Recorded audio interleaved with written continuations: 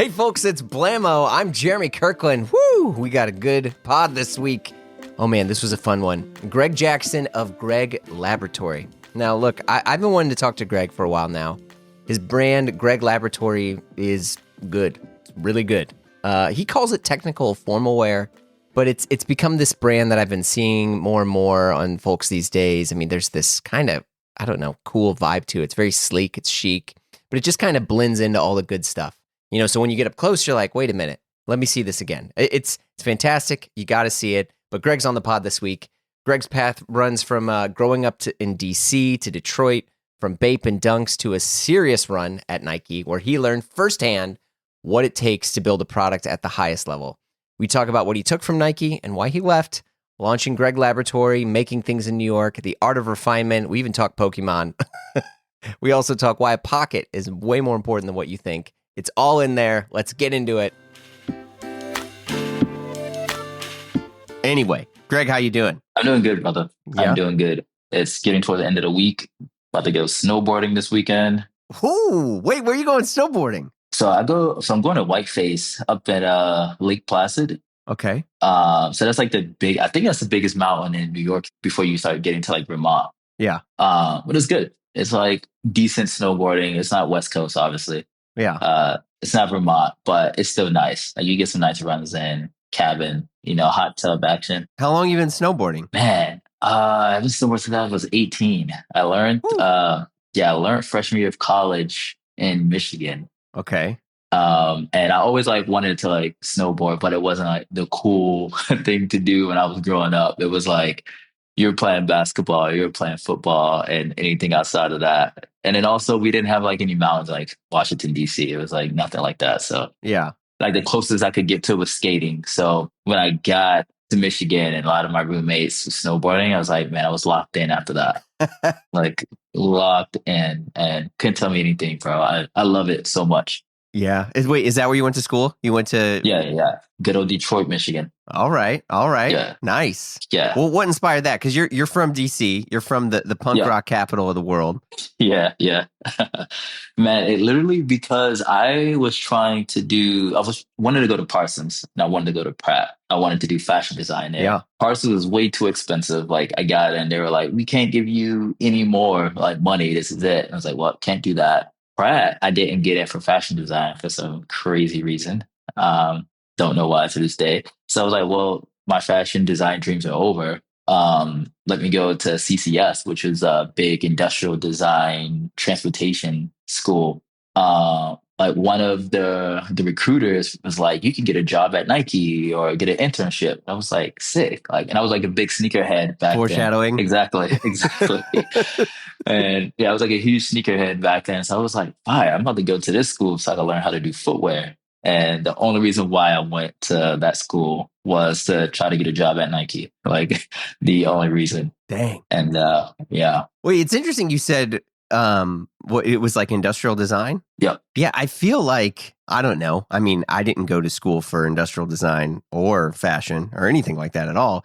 But I feel like with how people view and understand fashion now, being more aware and locked into stuff like industrial design kind of helps you almost like reinterpret the medium, because fashion design in general is unless you're doing like textile only, right? Yeah. But like having more of this, industrial design background, I feel like has got to be more of a leg up than just your standard fashion design, especially in academia. I would agree with that, especially with the route of fashion or apparel, like, right? However you want to call it, like with that route that I took, because in industrial design school, you're learning how to like design for a consumer in mind. You're figuring out what problem that they're going through, what their day is like, and you're literally designing whatever that product is around him, whether or her, whether that's like a vacuum cleaner or refrigerator or like a pair of shoes. Like they literally teach you how to like design for a person.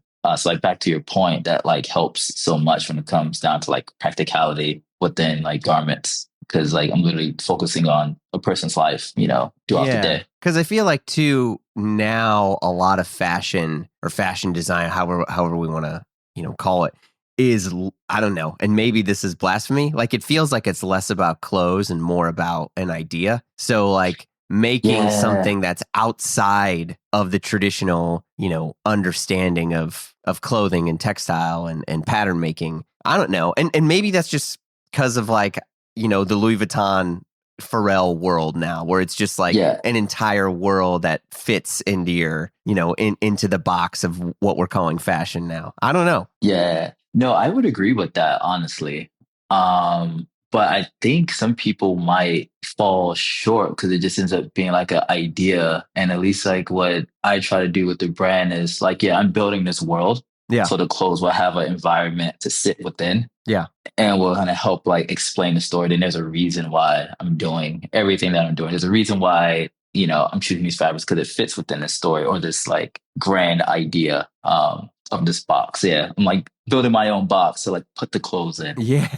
There you go. Basically, but I guess that's what everyone's doing. Yeah. Well, let's jump back a hair. So you're Yeah. from DC. What was life like for you growing up out there? Man, dude, I was super nerd, man. I was Welcome my to the life show. was like super nerd. My life was like kung fu movies growing up. Okay, amazing. Because my dad was super into like martial arts. So then I was doing martial arts. My mom was like sci-fi, fantasy, like movie lover. So Whoa. I got a lot of that. Okay. As well. So I had like martial arts, kung fu movies here, sci-fi, fantasy world here. And then, dude, it was like Pokemon cards, Yu-Gi-Oh cards. Dude, I played every single card game there is. So, bro, that's all I did every day. Wait, are you still into Pokemon cards? It's funny. Every once in a while, when I like see some, I might like head over and like look at them and be like, oh man, I used to have that. Or yeah, dog. I proud myself. I feel like I could still name the first 152. Yeah. Like if I see them like in a chart, I'll be able to. Wait, 152? What's the 152nd for you? So it was Mewtwo, I believe. Mewtwo's like, 150, and then 151's Mew. Oh, so maybe it wasn't one. See, I just screwed up. No, you're good. You're right. Okay. Well, but there was one called, if you were like real OG and you were playing red and blue, there was a glitch Pokemon that people would do. So there was like a weird hack where if you got a Master Ball. Yeah. Yeah, this is good. Are we getting into hold on. There was a weird hack that if you got a Master Ball, you could go down past the Safari Zone and you could do this weird little hack, and you got, I think it was called like misnomer or missing go is or missing number was what it was. But it was basically just a glitch in the game. But you do that to get 99 Master Balls, because then you could go and you didn't even have to work. You just throwing balls and catching all the Pokemon. Good. Yeah. But yeah. So you played. Oh, fuck yeah, I played. Yeah. I still play. I mean, now I like, rip packs with the kids, and then I also rip packs with some other people when we get a little inebriated, but anyway. So you're being a nerd. That's cool. Yeah. Like inside all day. I was back to Pokemon. I was going to Pokemon leagues at Toys R Us playing. I had the trick for I would play grown ass men, and I would wear my badges to school. So proud. I used to get roasted. Oh, dude, just wearing my badges. Dude, it's the 30th anniversary this year. They're like really blowing it out. Oh my god, that makes me feel old. It's I'm young, but it's all good. Old. Yeah, but yeah. So like after that, something shifted when you need to like grow up a little bit and you start paying attention to the opposite sex, and you realize like, oh, okay, I need to chill out on the card games a bit. Yeah, I get it. Yeah, that's when probably like basketball sports started to kind of come my way, and then looking at the NBA, that got me into footwear. Like after that, and then I started just to kind of veer more, I guess, probably more on like the alt side. I realized I didn't fit in with like everyone else because somehow I got into like skateboarding and rock music, and that was just like the vibe then. And then at that point, artists like Lupe Fiasco and Kanye and Pharrell, which to me they were like the mecca of, if you were like the weird artsy black guy, like you were looking towards them for everything, for style, fashion. And yeah, man, I was like, all right, these three are my heroes. I'm just gonna like follow them. What was your first sort of like fashion piece, I'm air quoting, that you got when you were younger? Oh man, I would say a fake Bathing Ape hoodie. I love that Yeah, you said it was fake too, because I feel like yeah, so many people will always, try to clown on all that stuff. But a lot of people's first entry into any of that game is usually through a fake piece. yeah, dude. Most of the vape pieces back then were fake because like you can only get them in like Japan at one Yeah, it was point. really, really hard to get vape. Yeah, Yeah, so I yeah. would be on like eBay thinking it was all real. Oh, yeah, yeah. Definitely wasn't.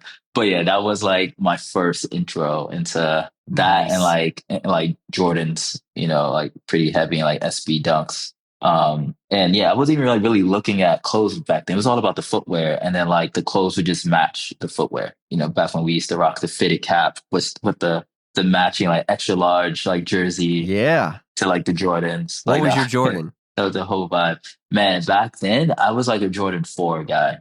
Like, 4. yeah, Jordan 4s, Jordan 10s. I remember first time standing in line, bought a pair of Jordan 10s, a whole size too big, whole size too big.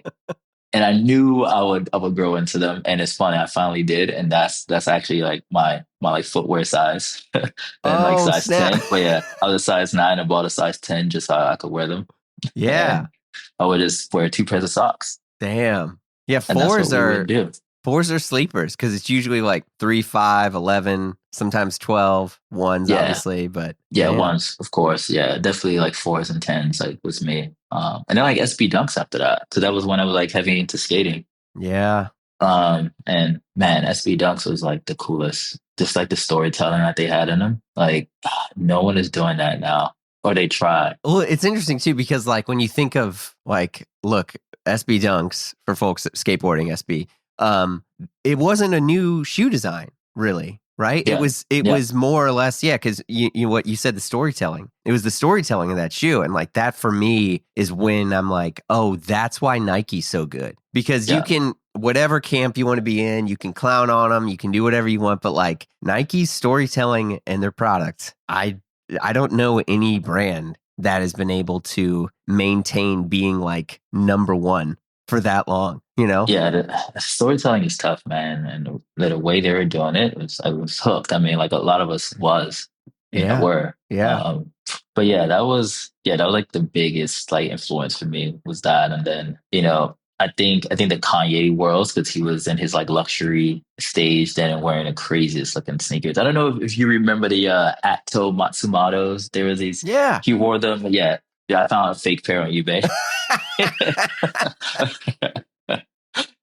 And yeah, man, I was like in those like heavy. That was yeah. Kanye was like the entryway to fashion for sure. Like outside of like the Bape and the Kid robots, which I was also like into as But even well. then, like I think for most people got into Bape from Kanye, you know? Yeah, And it's Kanye, Lil Wayne, Pharrell. yeah, like The that dude was the source for so much stuff. Because even then, I remember I was talking to a friend. He was like, "Man, Kanye never influenced me," and I'm like, "Okay," and he no was way like, possible. Exactly," and I was like, "But Yeah, I'm sure that Kanye influenced the people that influenced you." Like when people tried to, because I got so much stuff from the message boards when I was younger. It was like Super Future and stuff like that, and yeah. you'd have all these people in there. And I remember SV.org. yeah, and Yeah, everyone was trying to get a cool backpack because of yeah, Kanye's LV backpack and all these yeah, things. And it was like, and even then when people would try to act like they were above, whatever that was, that dude was still the source. yeah, man. It's Yeah, crazy.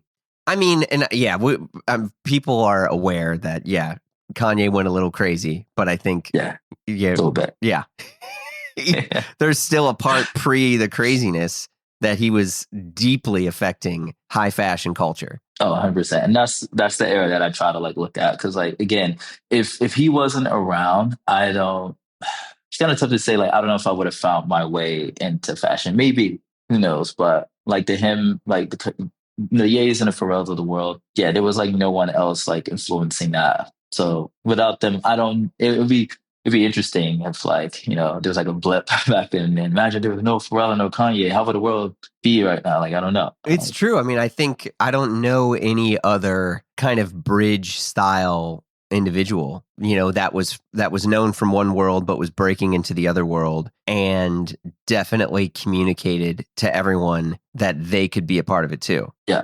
Yes. That's the biggest part. Yeah. That you guys can be a part of it too. Yeah. Like Because a lot it's of other okay to be the stuff, weird art kid. yeah, like fashion, as much as I love it, like it's still very, very exclusive and thrives on being exclusive and thrives on who can't have it and who doesn't belong to it and who shouldn't understand it. And it's just like, no. You can't Yeah. you can't survive if you're just going to be that person that, thinks that their audience is limited to one bucket and none of these other people belong. Like it's just 100%. you're not gonna last. Yeah. No way. So Um, you're Kanye pilled and getting yep. all sorts of good stuff. You go to Yep. school, you go to Yep. Michigan, you're doing industrial design. Yep. When does Nike and everything start to enter the picture? Man, so senior year, college, fresh off this internship, a place called Soldier Design. They were in Boston. So I did like a 3 month stint out in Boston. They would do a lot with concepts, the store. Yeah. And then there was like another Boston shop. They used to have like a lot of like Bodega? workwear. No, not Bodega. It's since closed down, but they had like Topo Design. They were like the first stores I Oh. remember carrying that, like the old camo Topo Design backpack. Okay. They were doing like a lot of stuff with them, Canada Goose. But yeah, fresh off of that, I got to do like a apparel project for like Fial Raven that never came out. But that was like my first time getting a little bit of a taste of the fashion design world. So senior year, and being in industrial design, we couldn't do fashion design. So I took a open studio. Basically, I could do anything I wanted. I Mhm. pleaded to my professor, like, can I please do a apparel project?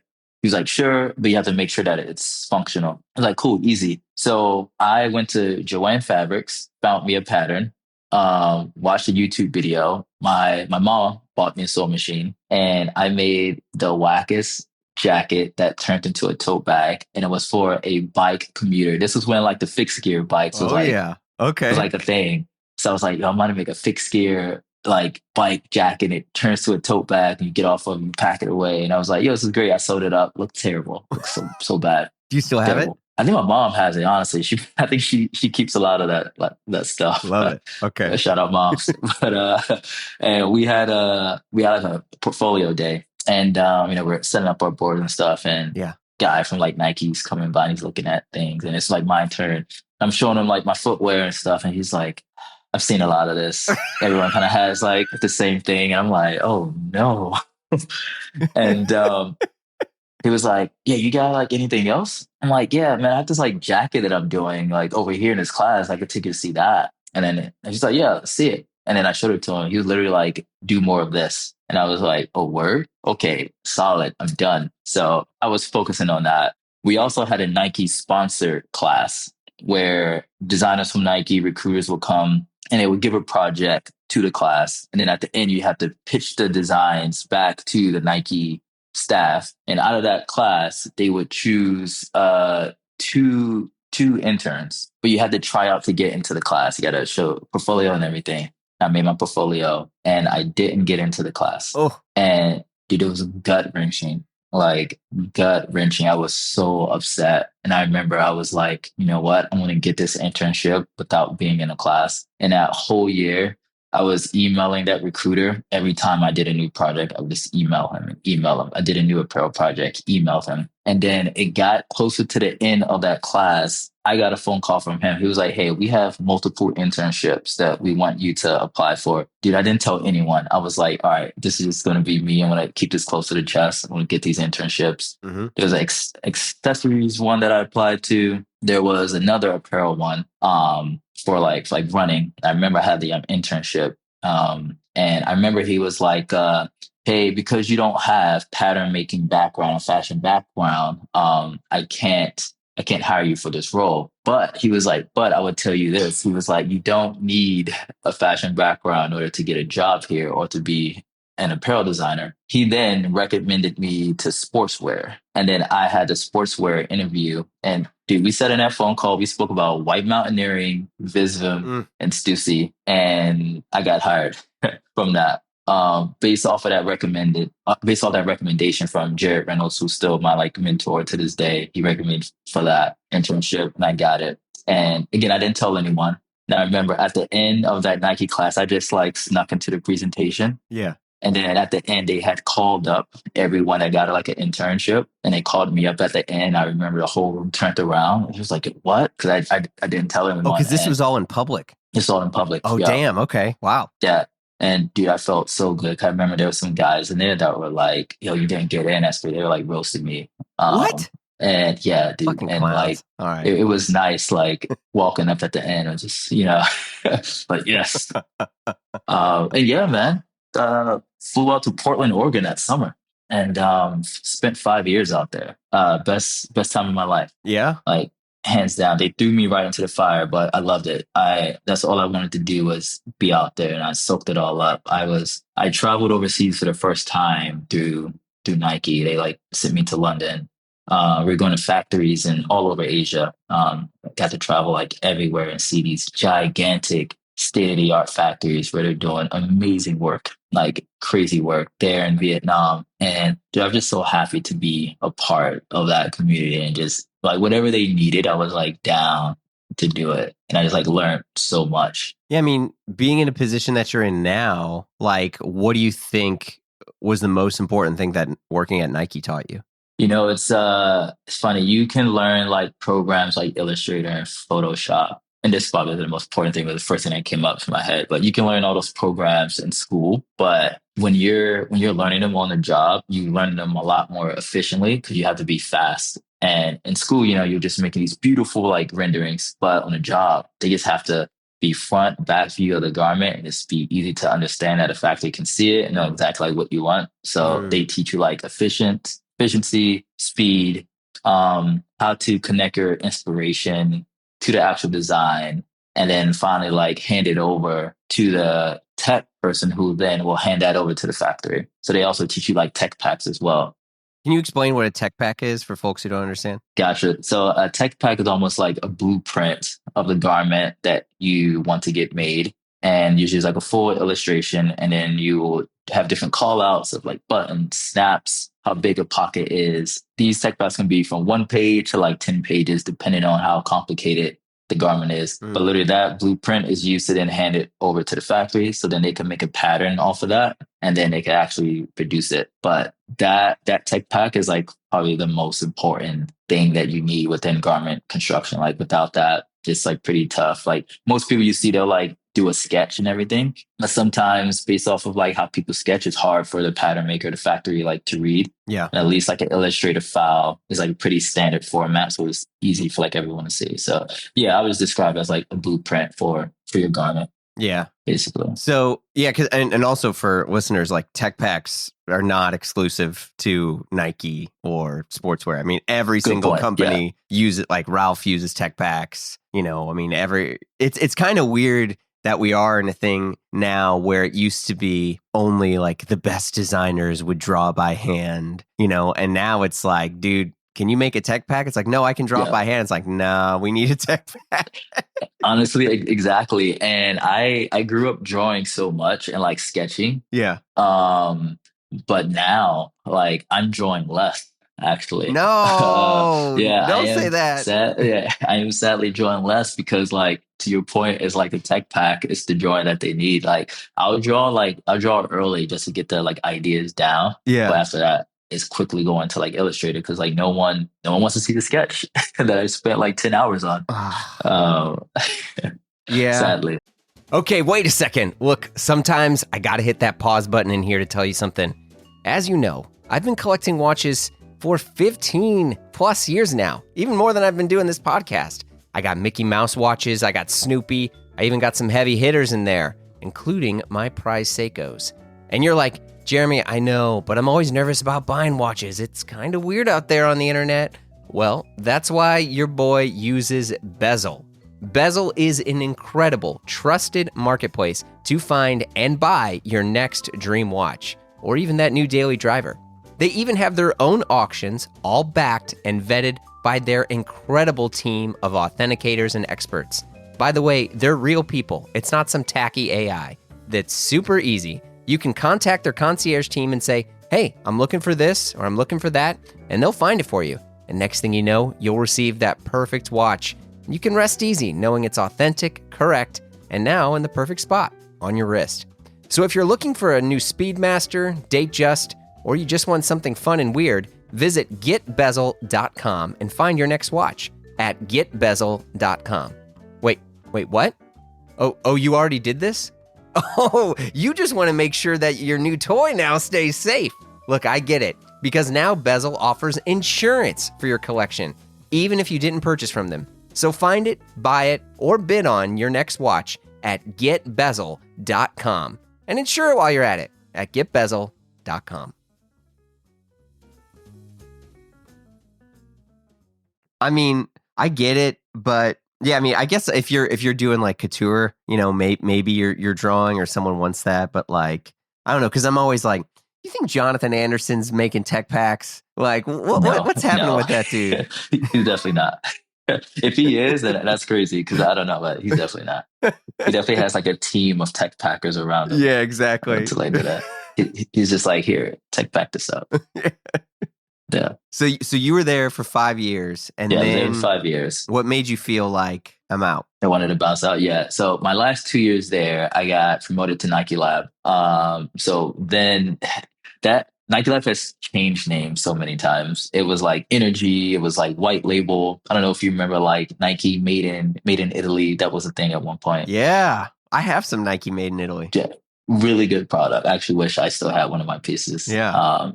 But yeah, so the Nike Lab was like the next thing to that. So at a certain point, there were Nike Lab stores in like all the big major cities. Used to have one here in 21 Mercer, RIP. Yeah. But yeah, I was on like the first like Nike Lab team, and it was just 3 of us like at the time. And yeah, so that's where we work with different collaborators. So like I was working with Errolson Hugh a lot on this ACG, working with Jun Takahashi a lot on Gypso, like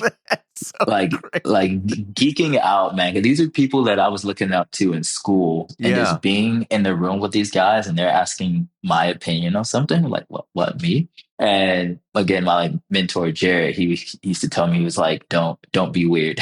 Like that was his thing. Don't be weird. I was like, "Yo, I know." Like I'll be okay. But yeah, man, it's Errolson doing like roundhouse kicks and stuff like in the pants, and in my head I'm like, sick, but on the outside I'm like, yeah, it fits, like it works.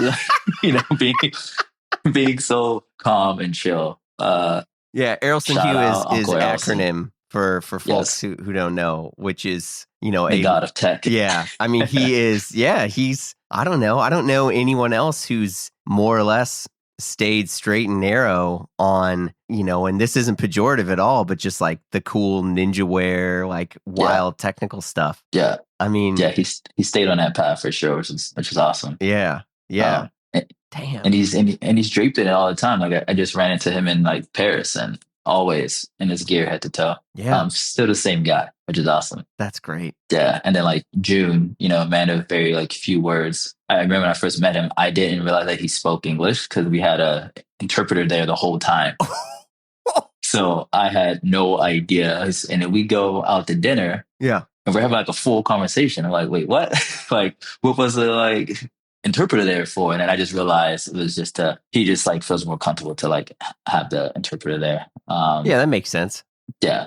But yeah, June was just like a genius when it comes to like storytelling and colors. And my job was to basically like come up with different like mock-ups or like design ideas to help inspire like a full concept or like a jacket. So we would just make all types of stuff and just kind of show him like this big pool of different pockets or different like graphic like executions, and then he'll like take those, just like different things or like these different like spices, I guess, if you will, to then like add it to his like repertoire to like build a whole collection. And then we just kind of like go back and forth, like fitting with him. But yeah, like I learned so much from those guys, like dream like working with them. And then like I always knew that I wanted to move to the East Coast to be closer to family. I never got to do the New York thing, so I was like, I need to do that. Mm-hmm. And it wasn't until like I met Samuel Ross, so we just like randomly, because he was there taking a meeting, and we're like the same age. And when he was telling me that like we're the same age and telling me like how he got to like where he was, I was like, man, like I could do that. And like that plus wanting to go back to the East Coast and kind of try to work for myself, that was the things that like pushed me to go. And it was so tough because like Nike was my dream job. That's all I wanted to do, like work there. But I was just like, I felt like I could do more if I left. So left in 2017. And I told my mentor Jared that like I wouldn't I'm not coming back unless I get a collaboration. And every time I see him, he'll like hold that above my head like all the time, like, "Oh, you're not coming back to the collaboration." So I don't know, so man. yeah, I left. It's on its way. It's got to be because you launched Greg Laboratory in like 2020 though, no? See, Or am I wrong? no, you're right. I know I skip over that time because it was a weird time for me. Because Okay, yeah, I was, and I explained because I was like, I felt though as though there were so many brands out, and I didn't want to create more waste. So I fair. was like, I'm gonna do this like upcycle thing because that's gonna make my conscience feel better about making more shit for the world. Yeah. Just to put out in the world. So I was doing these like bucket hats and harnesses made out of like parachutes that I would find on eBay, and I would get them made at a hat factory in like New York, and I would dye them like in my bathroom and get all these crazy colors. And yeah, that was cool at the time, but and then, and then I was You're just like, like, yeah, this isn't yeah, me. well, fast forward those years. Yeah. That's all And we right. fast forward like 3 years later. Yeah. And I was just like, I was getting like older, and it was very much within like the tech world, but I slowly got tired of like looking like I was going to like hike a mountain or that I was part of a SWAT team. Um, you know, and the fact that a SWAT teamers No, that man. dress like that. Sure. Yeah, whatever. Uh, but yeah, and I got older. I just wanted to like dress up a little bit more, but I wanted to have the same attributes from the SWAT team gear, from the hiking gear into my more formal wear. And I started to shrink down my palette of clothing to like white and black. And I was like, I just want to wear like a uniform like every day. So I was like, all right, I'm just going to make this shirt jacket. Made a shirt jacket, New York, four-way stretch, like nylon, water repellency, like big pockets. And then someone's like, you need a pant. And I was like, yeah, cool. I was like, I was heavy into rock climbing at the time. So I was like, you know what? I'm going to make a rock climbing pant. And then I would just like add it in within the collection. So I found this vintage pair of climbing pants that had these like weird, like circular pockets that later inspired the circle pockets that's on the pant. And I was just like, all right, here we go. This is the collection. I'm going to root it within a sci-fi Matrix world because I was like a big Matrix fan. I watched the movie maybe twice a year. Every year. That's not enough, man. Honestly, it probably isn't for me being a big of a fan as I am. But yeah, like that was the world. It was like Matrix, martial arts, sci-fi, and I want to like root it into this world. And dude, it like kind of like took off from that. And I got some pieces in CHCM, and Jay-Z's stylist went to CHCM and bought one of my pieces. I had no idea this was happening. And then I get a text one day. It was like, "Yo, Jay-Z's wearing your jacket." I forgot for what he was performing for, but yeah, he was on stage. And I remember I saw it. I was like, "Oh, that's cool." And I like went off to like do something else, right? And then I got another message. It was like, "Yo, Jay-Z's wearing your jacket." And then at that point, I was like, "All right, let me like really look at this." And I was like, "Oh, word, yeah, that is Jay-Z." And he's like wearing a jacket. And my homie hit me up. He was like, "Dude, we got to capitalize on this. We got to figure this out." And so we got in touch with like Complex, and they did an interview. And then, yeah, that helped out a lot with the whole like trajectory But of the like, brand. sure, there was a Jay-Z thing, but I think the bigger thing is also getting picked up in a shop like CHCM solely because those stores don't carry bad brands, you know? So you already Yes. need to be exceptional to be carried by a store that is Wow, known for exceptional. only carrying Yeah. the best stuff. Yeah. Shout out to Sweet to taking a chance. Yeah. But that was like the No, the he doesn't second really shop. take chances. Sweet Two's Yeah. Sweet Two's got good taste, but he's a Yeah. businessman. So Yeah. I there was guess. something in there. Yeah. I guess I don't know. Like for me, no one within his like fashion world compared to like all the other brands he has, like him wanting to like pick me up. And I Yeah. don't like consignment. Like he bought pieces. It was huge. And yeah, it helped out so much. And I guess to your point, it does give it a lot of weight. For sure when I'm like now showing to like other wholesale accounts and I'm like, oh yeah, I have like CCM, like on the belt as well. It definitely helps out for Yeah. sure. And I think, because looking back at some of your stuff, and even though you're still like a fairly, air quote, new brand, Mhm. yeah, the concept of technical formal wear, I was like, yeah, I don't really know who else is doing this. Specifically leading with this is what we're doing. Yeah. There were brands that are like, oh, we're technical outerwear, and they have stuff that looks a little bit more formal or a little Yeah. bit more sportsweary, but they would never lean or leverage that specific, category, or in your case, invent that category. Because, like, I Wow. don't Yeah. know. I mean, is That's it cool. even brands like Studio Nicholson, love Nick Mhm. Wakeman. They don't, their storytelling is not that. And I think that's where it's like the experience you had at Nike come into play. Yep. The fact that, yeah, you're trying to slim down this wardrobe and just make stuff that you can also rock climb in. Yeah. And maybe there's some stuff where like Acronym has done stuff like that, where there are things that, but I think a lot of your pattern making and silhouettes still look like more traditional forms of like tailored clothing. I mean, even what Yeah. you're wearing right now with the Yeah. lapel and the, where the gorge is on the lapel. I mean, yeah. That's like always like the goal is to take these cues from like traditional formal menswear, but kind of bring like a technical spin on it, and not too much, just kind of update it like 10%, like 20%, because I still want this stuff to be like wearable, that anyone can like grab a piece from what we do and add it to their closet, and it works with anything that they wear. I got to stop you on that because I think that is the most important distinction. And I'd love for you to explain that, because there are brands that make clothes and the only way to wear that brand is to only wear that brand. Yes. And that is not you. So Yeah. what made you want to do that? I want to say it's probably from my like experience of like working with different brands and just understanding like, we aren't the only brand in the world. They're going to have other pieces in their closet. And more than likely, it's going to be like a Uniqlo. So to me, like, Uniqlo's a low hanging fruit. How does like Uniqlo stuff like work with our stuff? How does like the Gap stuff like work with our stuff? Yeah, fair. And yeah, and it just being like real with like, people's like closets. And I just wanted to be able to like wanted every piece to like work with someone's current pieces. I just wanted it to be like easy to wear it, whether you don't have to like guess. Maybe some things might be a little too baggy for a person or like too cropped, but at least it's still like approachable enough that they could come to it, think about it. Like, okay, yeah, I'll give this a try. Yeah.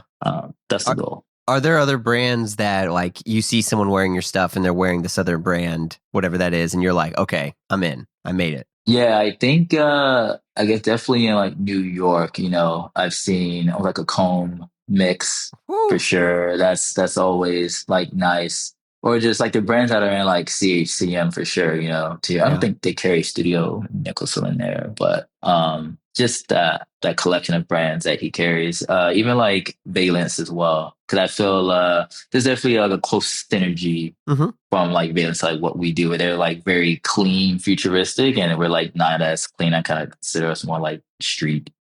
Yeah, no, it's true. Or I mean, like more vibey. sportswear leaning. Yeah. Like, yeah. But yeah, I've seen like the Valence like mix with the brand as well. That's been like super nice. But yeah, like the comb mix with like Greg Labs is like yes, thank you. Like thank you for doing that. Yo, what do your folks think of this? Yeah.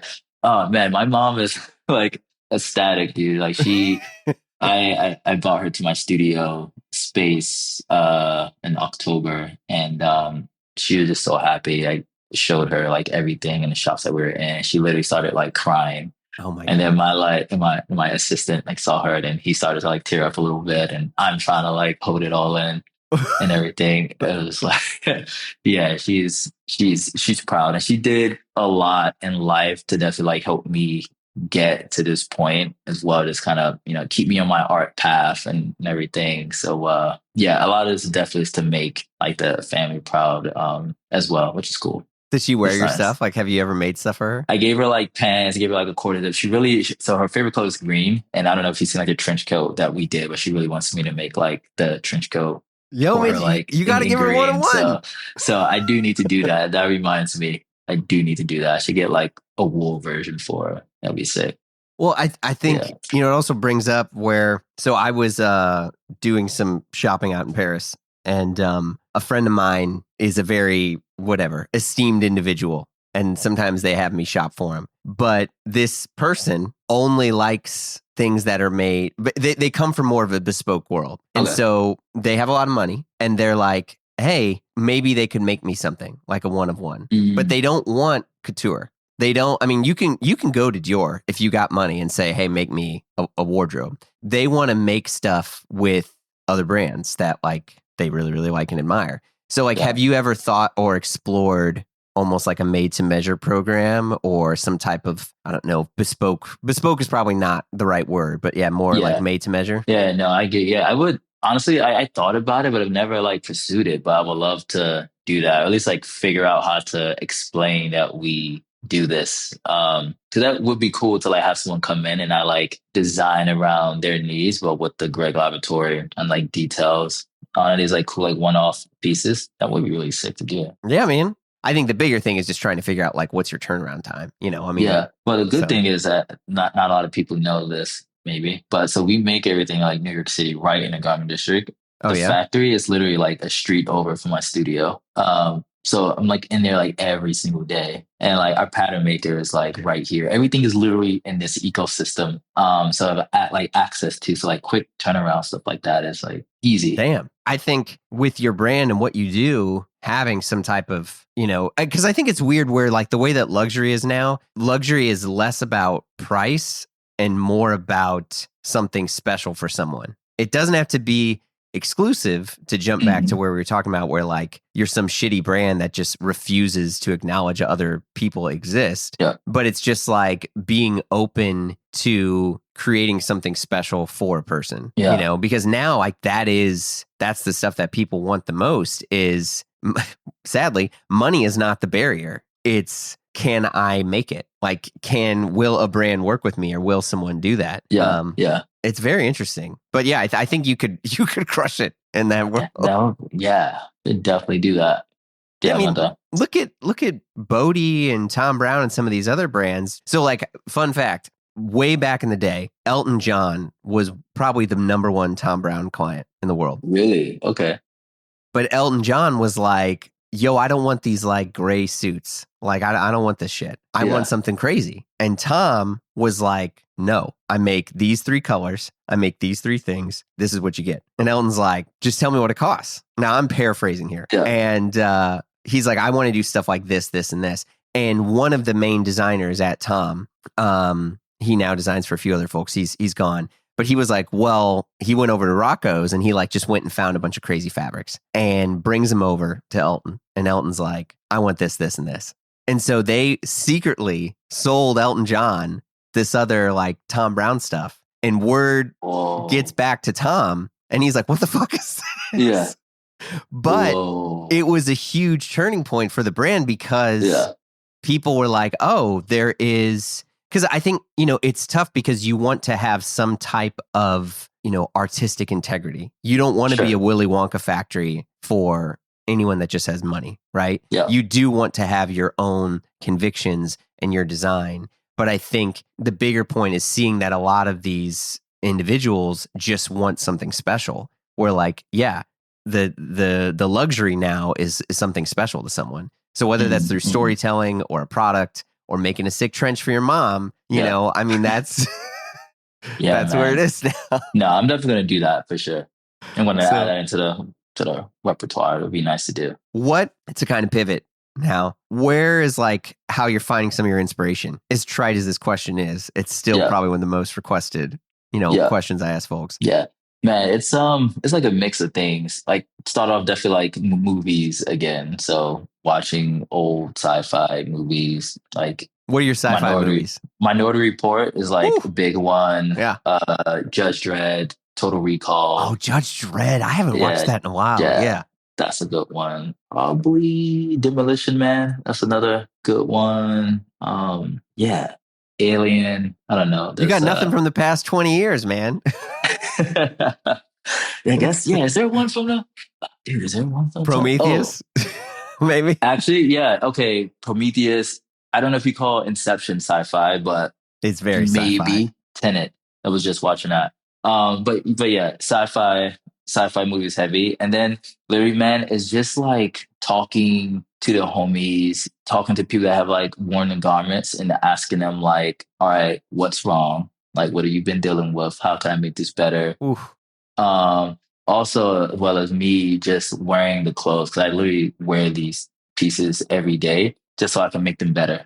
Yeah. So that's also giving me like inspiration for like the next thing. And I think probably the biggest thing upon that is like travel. I've been so lucky to like travel a lot, and I was just in South America for 3 weeks. And dude, we did like Machu Picchu, like the whole like Inca sites, and I'm just Damn. like, oh, how did they get up here? Um, like you're like legit in the clouds, and just like going on these tours and seeing the clothes that the tour guys like wear, that's inspiring me for my like next collection. Last summer I was in Mexico for like 2.5 weeks, and I was in like the desert for one half, and Yeah. then in Mexico City in the final half, and so many different climates there that also inspired my spring summer collection. And it just kind of like helps me build these different stories. So, like for instance, our spring summer is about to come out, and I'm calling it a excavation refinement. This idea of like these workers are going out to say Mars, and they're on this like archaeology dig, and it's like dead in the summer, so we literally need to build silhouettes that will help them out, and it's like deserty, dry heat. So yeah, it's like a mix, man, of like homies, travel, movies, and just like pulling from everything. Sometimes like sitting on a train and seeing some like old guy with like the flyest trench. I'm just like, oh man, like definitely snapping a photo and like taking that. So, but yeah, it's a mix. That's great because you didn't say one single thing about like, oh, I look at the trend reports. Oh no, yeah, not at all. not Good. at not at all. Yeah, I forgot that was a thing, huh? I guess the whole like WGSN. Yeah. I Uh, mean, whatever. Those yeah, shout out to them doing whatever they're doing, but like yeah. that's you're creating the trends that they're going to report on versus trying to make your stuff fit in their report. You're Yeah, I good. hope so. Yeah, because I guess at the same time, we aren't trying to follow trends. Obviously, we have to be aware of it. But like I was saying, stuff has to be this like easy and timeless. Because like I wanted, how like people see like a old, like helmet laying piece or old raft piece, and they have this cult following. Like for instance, it's like constant practice. They have like a Yeah. lot of cool garments, man. I want the stuff to like end up in a constant practice and have this like cult following that someone can like wear like 20 years from now and it still be in like the best condition. And that's the goal with that. Yeah. I mean, it's interesting too because you talked about talking to your friends and like trying to get feedback and stuff. I feel like that's got to be some of the hardest stuff too, especially where so a friend of mine runs a brand and they had sent me some stuff and I'll be honest, the pocket bags were just trash. And the reason why I Oh say this no. is Yeah. because especially now, I care so much about my not the size of the pockets, but like I always got keys in there, so that's already abrasive. I also usually carry AirPods Yep. and then I got my phone, and then sometimes, I don't know, a handkerchief or something like that. And they spend all their money on like very, very, very good fabrics. But the trimmings, right? Completely missing the boat. And this is years ago, so this story Yep. doesn't really matter that much. They've changed a ton since then. Yeah. And I was like, yo, this pocket bag's so rough. Like my keys tore through it, you know? Like you gotta, it doesn't matter if you're using, some type of undyed, incredible wool. I was like, the core function of being able to put my hands in the pockets, Yeah. just complete whack.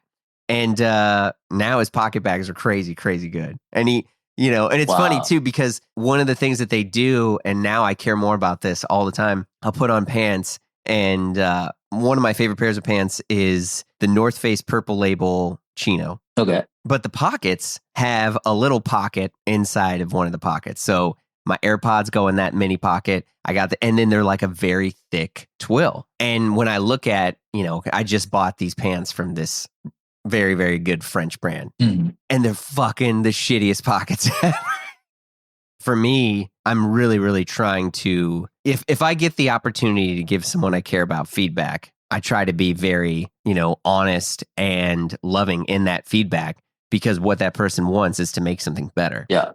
And so to go back to my original point, like being vulnerable enough to ask someone for that feedback, getting that, and then using it to improve your stuff, I feel like is really what will make the difference between a brand actually getting better. Because Yeah, otherwise you can man. just be in your own bubble and you're like missing, Yeah, like this stuff is great. Yeah.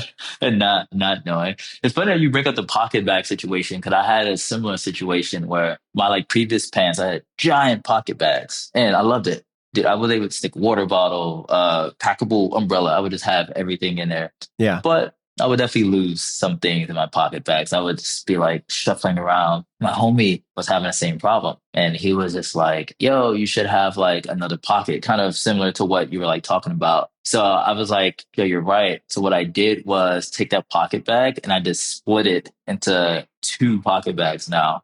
So you have two pocket bags within both pockets now. And just that little stitch detail that we added, now you can separate everything and it changes it up completely. There it But a is. prime example of feedback to then make something else better. Yeah. So what do you feel is next for you now? So you're just launching spring. You're Yep. closing the door on fall. Yep. Like, do you book in other sort of inspiration trips or things like that for you, or is it just like wait around for the next thing? Sit on the computer, look for inspiration, or what? Yeah, it usually just kind of like organically like happens. I just end Yeah. up going to some place and it's like, inspiration. Uh, That's good. honestly, yeah. But no, I know I'll have like a bigger trip sometime like this summer to like figure out fall. But I know moving forward right now, I'm trying to get into more like natural blends and fabrics when a lot of the other stuff before was like polys and like nylons and doing a lot of like activewear, a lot of the fabrication is that. But now I've been trying to do more like wool nylon poly blends or like linen poly blends, just to have more like natural content in it. And I think that's the way that consumerism that, they're kind Yeah. of like moving towards that direction now. And like even I myself have been wanting to, move towards that because still like wool is still a functional fabric, in a Absolutely. way. So leaning more to these natural fabrics that have functionality. Like for fall, we have Vintal coming in, which is that's like one of my favorite fabric. And honestly, that was like when I was making that really bad jacket in school I was telling you about. The first fabric I found online was like Vintal. So I was telling my teachers, yeah, this is Damn, going to that's be expensive Vintal. fabric. Yeah. Never got it back then, but now I have the mill and we were able to like make our fall 26 jacket like Vintal, which is like huge. So now the goal moving forward is to have a good balance of like natural blend fabrics or like all 100% natural fabrics, but that have like a technical attribute to it. So Vintal is a perfect example of natural fabric with like the water resistant, Yeah. attribute on it.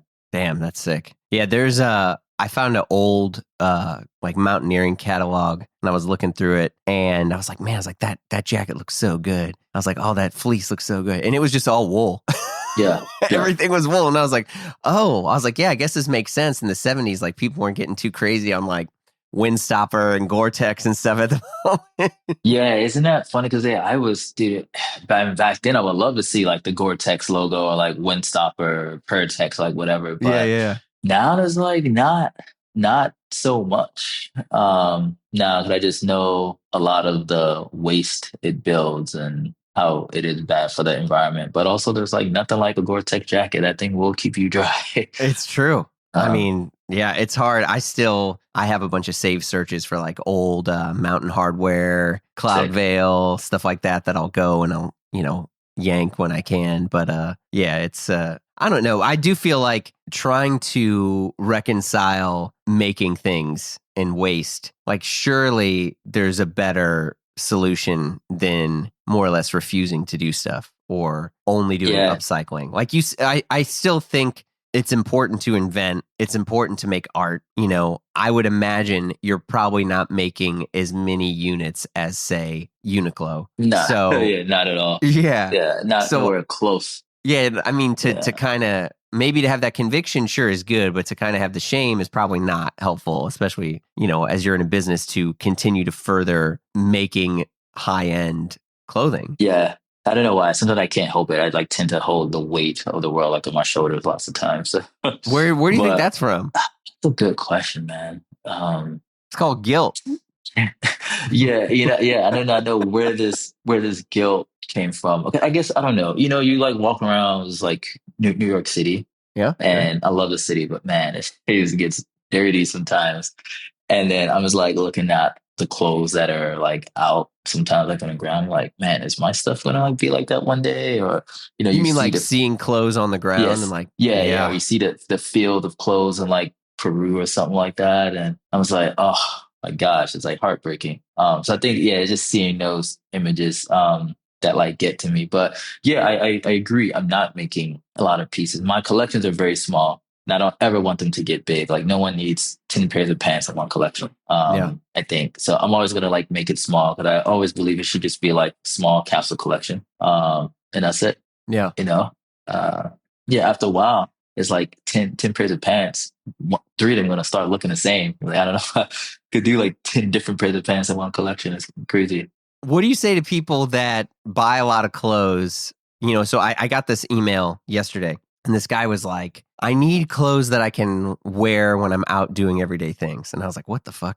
And Mhm. he's like, I got all these, and he lists all these brands of people that, whatever. He's like, I got this brand, this brand, this brand, but I feel like it's too nice to wear. So I keep it in my closet. Yeah. And I was like, the clothes you have. True. But I feel like for a lot of folks, myself included, because I used to be this way, anytime I would get something that's really special, I would be worried about like ruining it. And so I wouldn't wear it. Yeah. Just having this combo like with someone, and we're talking about my brand and how like I want this stuff to be worn. Like literally is just this idea of like for me, my personal life, I'm waking up super early and I might not be back until very late at night. So Yeah. I need to have clothes that would last throughout the day, that's comfortable, breathable, or warm, depending on the season, have enough stretch in it. And if it Yeah. randomly rains, it's like water repellency. So that's like the goal of what I'm trying to do, like within my brand, is have just pieces that can like last. So like I agree with like what he's saying, but also back to your point, like yeah, the clothes that you have. But I know at least for me,